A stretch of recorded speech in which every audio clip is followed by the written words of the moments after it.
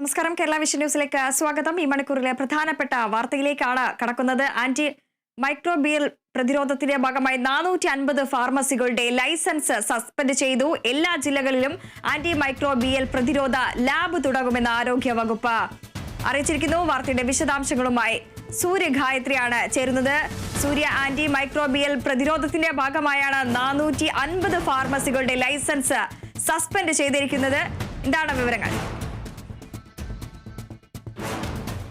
അതായത് anti microbial റെസിസ്റ്റൻസിന്റെ ഭാഗമായിട്ട് അതിശക്തമായിട്ടുള്ള നടപടി ആരോഗ്യവകുപ്പിന്റെ ഭാഗത്ത് നിന്ന് നടത്തി വരികയായിരുന്നു. കൃത്യമായിട്ടുള്ള പരിശോധനകൾ ആരോഗ്യവകുപ്പ് നടത്തി വരികയായിരുന്നു. അതായത് ഈ ആന്റിബയോട്ടിക്കുകൾ ആരോഗ്യവകുപ്പിന്റെയോ അല്ലെങ്കിൽ ഡോക്ടറുടെയോ പ്രിസ്ക്രിപ്ഷൻ ഇല്ലാതെ പല മെഡിക്കൽ സ്റ്റോറുകളും വിൽപ്പന ചെയ്യുന്നു എന്നുള്ള വാർത്ത വളരെ പ്രചരിച്ചിട്ടുണ്ടായിരുന്നു. അതിന്റെ ഭാഗമായിട്ടാണ് കർശന നടപടികളിലേക്ക് ആരോഗ്യവകുപ്പ് കടന്നിട്ടുണ്ടായിരുന്നത്. അതിന്റെ ഭാഗമായിട്ടുണ്ടായിരുന്ന പരിശോധനയിൽ ഇപ്പോൾ 450 മെഡിക്കൽ സ്റ്റോറുകൾ ലൈസൻസ് സസ്പെൻഡ് ചെയ്യുകയും 5 മെഡിക്കൽ സ്റ്റോറുകളുടെ ലൈസൻസ് ക്യാൻസൽ ചെയ്യുകയും ചെയ്തു ആരോഗ്യവകുപ്പ്.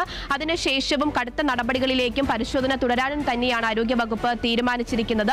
ആന്റിബയോട്ടിക്കുകളുടെ ഉപയോഗം അത് വലിയ തോതിൽ വ്യാപിക്കുന്ന സാഹചര്യം ഉണ്ടായിരുന്നു. അതനുസരിച്ചുള്ള പരിശോധനകളാണ് ആരോഗ്യവകുപ്പ് നടത്തി വന്നിട്ടുണ്ടായിരുന്നത്. അതുകൂടാതെ തന്നെ ഈ AMR ലാബുകൾ അത് എല്ലാ ജില്ലകളിലേക്കും വ്യാപിപ്പിക്കുന്നതിന് വേണ്ടിയുള്ള തീരുമാനവും ആരോഗ്യവകുപ്പ് നിലവിൽ കൈക്കൊണ്ടിട്ടുണ്ട്. ആന്റിബയോട്ടിക്കുകളുടെ അമിത ഉപയോഗം കാരണം പലർക്കും വലിയ തരത്തിലുള്ള ആരോഗ്യ പ്രശ്നങ്ങൾ ഉണ്ടാകുന്ന സാഹചര്യം ഉണ്ടായിരുന്നു. ഡോക്ടറുടെ പ്രിസ്ക്രിപ്ഷൻ ഇല്ലാതെ തന്നെ പലരും വാങ്ങി അത് അനാവശ്യമായിട്ട് കൈകാര്യം ചെയ്യുന്ന സാഹചര്യം ഉണ്ടായിരുന്നു. അത് കണക്കിലെടുത്താണ് ഇത്തരത്തിലുള്ള തീരുമാനങ്ങൾ ആരോഗ്യവകുപ്പ് എടുത്തിട്ടുള്ളത്. നിലവിൽ ഈ ആന്റിബയോട്ടിക്കുകളുടെ ഉപയോഗത്തിൽ സംസ്ഥാനം 20 മുതൽ 30% വരെ കുറവ് ഉണ്ടായിട്ടുണ്ട് എന്നുള്ളതാണ് മനസ്സിലാക്കുന്നത്. അതല്ലാതെ ആന്റിബയോട്ടിക്കുകൾ ഉപയോഗിക്കുന്നവർ തന്നെയും അതിന്റെ വീര്യം കുറഞ്ഞത് അല്ലെങ്കിൽ ഡോക്ടറുടെ നിർദ്ദേശത്തിനനുസരിച്ച് മാത്രമേ ഉപയോഗിക്കാവൂ എന്നുള്ള നിർദ്ദേശവും മന്ത്രി വീണ ജോർജ് തന്നെ ഇപ്പോൾ നൽകിയിരിക്കുകയാണ്.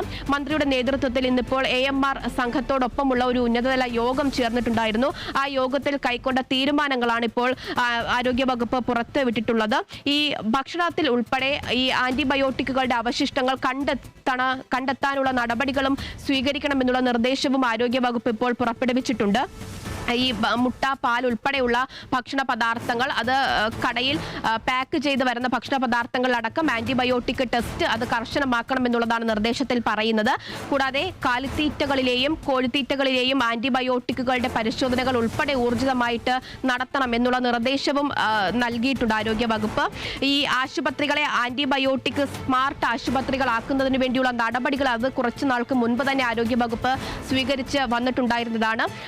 കൂടുതൽ ആശുപത്രികളെ അത്തരത്തിൽ ആന്റിബയോട്ടിക് സ്മാർട്ട് ആക്കുന്നതിന് വേണ്ടിയുള്ള നടപടികൾ അത് തുടരുമെന്നുള്ള കാര്യവും ആരോഗ്യവകുപ്പ് പറയുന്നുണ്ട്. ഇത്തരത്തിലുള്ള നടപടികളൊക്കെ തന്നെ സ്വീകരിക്കുന്നതിന്റെ ഒരു ലക്ഷ്യമെന്ന് പറയുന്നത് ഈ വർഷം തന്നെ ഡിസംബറോട് കൂടി ആന്റിബയോട്ടിക് സാക്ഷരതയുള്ള സംസ്ഥാനമായിട്ട് കേരളത്തെ മാറ്റുന്നതിന് വേണ്ടിയുള്ള നടപടികൾ നടക്കുകയാണ്. അതിന്റെ ഭാഗമായിട്ടാണ് ഈ പൂർണ്ണമായിട്ടും കർശനമായിട്ടുള്ള നടപടികളിലേക്ക് ആരോഗ്യവകുപ്പ് കടന്നിരിക്കുന്നത്. ശരി, ഡിസംബറോടെ ആന്റിബയോട്ടിക് സാക്ഷരതയുള്ള സംസ്ഥാനമാക്കാൻ ലക്ഷ്യമിട്ടുകൊണ്ട് പ്രവർത്തനങ്ങളാണ് നടന്നു വരുന്നത്. ആന്റി മൈക്രോബിയൽ പ്രതിരോധം 450 ഫാർമസികളുടെ ലൈസൻസ് സസ്പെൻഡ് ചെയ്തു. വാർത്തയുടെ വിവരങ്ങൾ നൽകുകയായിരുന്നു സൂര്യ ഗായത്രി.